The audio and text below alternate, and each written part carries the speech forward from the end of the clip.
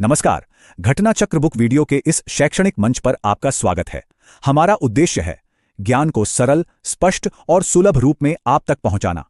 आइए आरंभ करते हैं अध्ययन और सफलता की इस यात्रा को। नमस्कार। चलिए आज बात करते हैं भारतीय खेल की दुनिया की दो बहुत बड़ी घटनाओं के बारे में। ये वो घटनाएं हैं जो आने वाले समय में इंडियन स्पोर्ट्स का चेहरा बदलने वाली हैं। एक कहानी है हमारे देश के युवा जोश की और दूसरी है दुनिया के मंच पर भारत की बढ़ती हुई धाक की। तो सवाल यह है कि साल 2025 को भारतीय खेल के लिए इतना यादगार क्यों माना जाना चाहिए?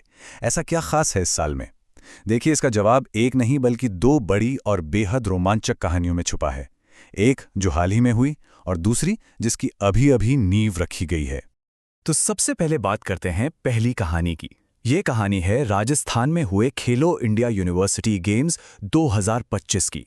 एक ऐसा जबरदस्त मंच जहां देश भर की यूनिवर्सिटीज से आए युवा टैलेंट ने अपना दम दिखाया और भविष्य के चैंपियंस की झलक दी। जरा अंदाजा लगाइए, ये इवेंट कितना बड़ा था। राजस्थान के एक दो नहीं बल्कि 7 अलग अलग शहरों में इसका आयोजन हुआ। 330 से भी ज्यादा यूनिवर्सिटीज के करीब 5000 एथलीट्स ने इसमें हिस्सा लिया। और हां, इस बार के शुभंकर भी बहुत प्यारे थे। खम्मा और धनी नाम के दो ऊंट जो राजस्थानी संस्कृति की एक खूबसूरत पहचान। और पता है, इस बार का एडिशन पहले से कहीं ज्यादा बड़ा और बेहतर था। कुल 24 अलग अलग खेल शामिल किए गए थे। ये नंबर अपने आप में बताता है कि ये प्लेटफॉर्म कितनी तेजी से बढ़ रहा है और कितने ज्यादा टैलेंट को मौका दे रहा है। अब जो सबसे मजेदार बात है वो ये कि इस बार 3 नए खेलों को मेडल इवेंट के तौर पर जोड़ा गया।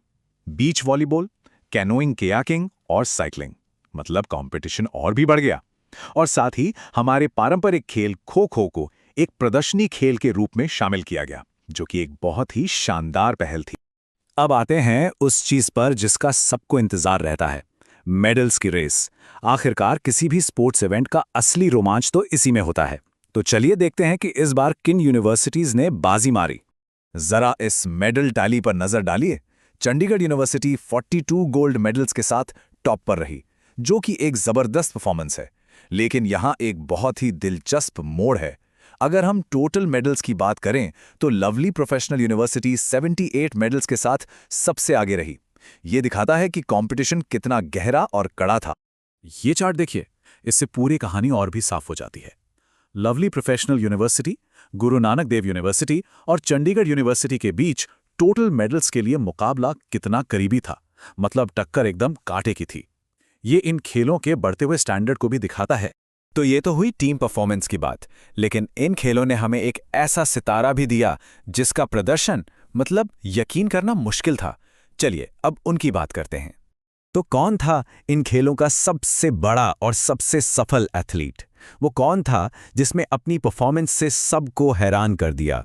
जवाब इस एक नंबर में छिपा है, 11। जी हां, 11 मेडल्स, वो भी एक अकेले एथलीट के नाम। सोचिए जरा, ये सच में एक असाधारण, एक कमाल की उपलब्धि है। और वो सितारा हैं जैन यूनिवर्सिटी के तैराक श्री हरि नटराज। उन्हें ऑफिशियल तौर पर खेलो इंडिया यूनिवर्सिटी गेम्स 2025 का सबसे सफल एथलीट घोषित किया गया।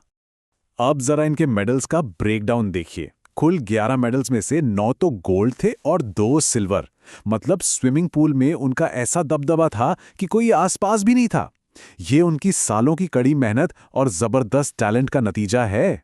तो ये तो थी खेलो इंडिया की कहानी। पर रुकिए, 2025 की कहानी यहीं खत्म नहीं होती।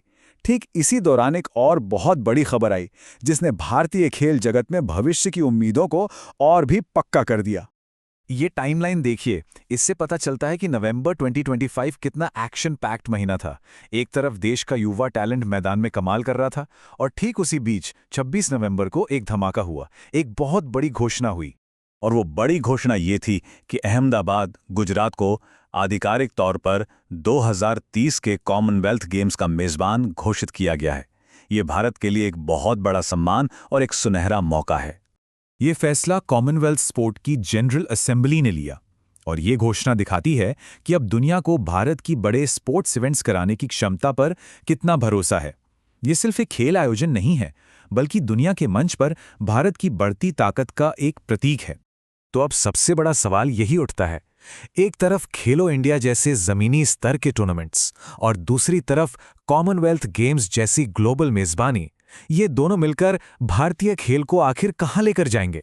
देखिए, जवाब तो भविष्य में ही मिलेगा, लेकिन एक बात तो तय है, भारतीय खेल का सुनहरा दौर अब शुरू हो चुका है।